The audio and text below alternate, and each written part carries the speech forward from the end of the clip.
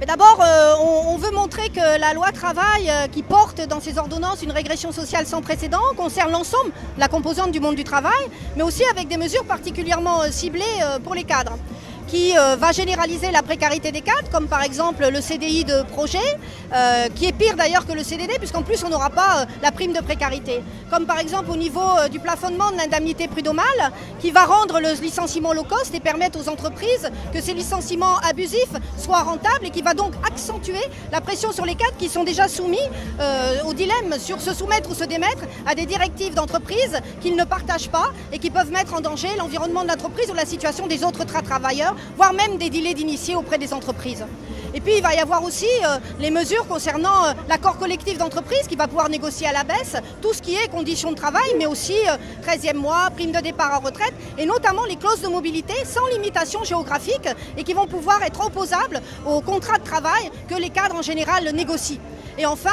il va y avoir la suppression du CHSCT pour tous, mais qui, dans cette instance unique, qui va avoir beaucoup moins d'élus et d'élus de proximité, ne pourra pas traiter toutes les questions. Et nous savons que les premières questions qui vont passer à la trappe, c'est les questions de santé à travail. Or, aujourd'hui, en France, on a un vrai problème de santé publique au travail qui frappe lourdement tous les salariés, mais notamment les cadres par l'augmentation des charges de travail, l'intensification du travail. Et on compte en France plus de 100 000 cas de burn-out et donc d'épuisement professionnel au travail. Cela va aggraver considérablement effectivement les choses. Et puis enfin, il y a des mesures aussi qui attaquent les télétravailleurs, qui diminuent la protection, notamment en supprimant le décompte du temps de travail. Évidemment, cela concerne prioritairement les cadres qui sont plus au télétravail que les autres, mais aussi les femmes. Et donc l'employeur n'aura plus l'obligation que de voir des dispositifs assez vagues d'ailleurs dans la loi sur la régulation de la charge de travail. Fini le décompte horaire des heures de travail, fini le respect des droits de repos obligatoires, fini la durée maximale du travail qui sont pourtant encore des normes internationales.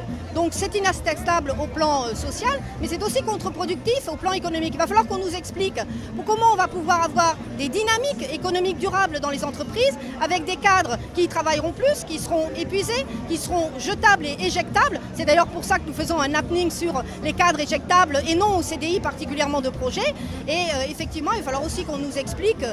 aujourd'hui et demain quel va être l'avenir de l'emploi qualifié et très qualifié en France. D'autant plus qu'on a un vrai problème au debout de la chaîne de l'emploi avec des seniors qui sont éjectés de plus en plus jeunes de l'entreprise, 42 ans pour les sociétés du numérique. Alors c'est un gâchis social, mais c'est aussi un handicap pour la transmission des savoir-faire et cela casse et brise les synergies de travail dans les entreprises. Et puis de l'autre côté, des jeunes de plus en plus nombreux, parce qu'on a la chance en France d'avoir une dynamique démographique, qui sont aussi de plus en plus vieux aux portes des entreprises, et alors qu'ils sont de plus en plus qualifiés et très qualifiés, c'est effectivement, ça casse une dynamique d'entreprise, et y compris la montée en gamme des qualifications. Et bien il se trouve aujourd'hui que cette loi travail va amplifier cet handicap de la France avec des seniors qui vont pouvoir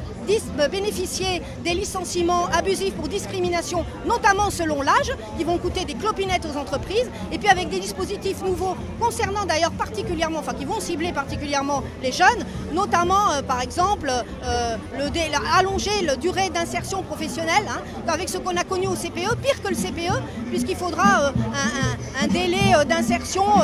illimité par accord de branche aujourd'hui, et puis la généralisation des CDD qui pourront être renouvelés sans limite et qui pourront durer plus de 5 ans. Voilà ce qui est inadmissible aujourd'hui, et voilà pourquoi, notamment au niveau des cadres, eh bien, on voudrait leur donner le droit d'expression qu'ils n'ont pas dans les entreprises aujourd'hui, à se mobiliser et apporter des propositions de progrès social et de progrès économique à travers notamment des propositions de définanciarisation de l'entreprise, du travail et un management alternatif. C'est urgent. Dans les tracts que nous avons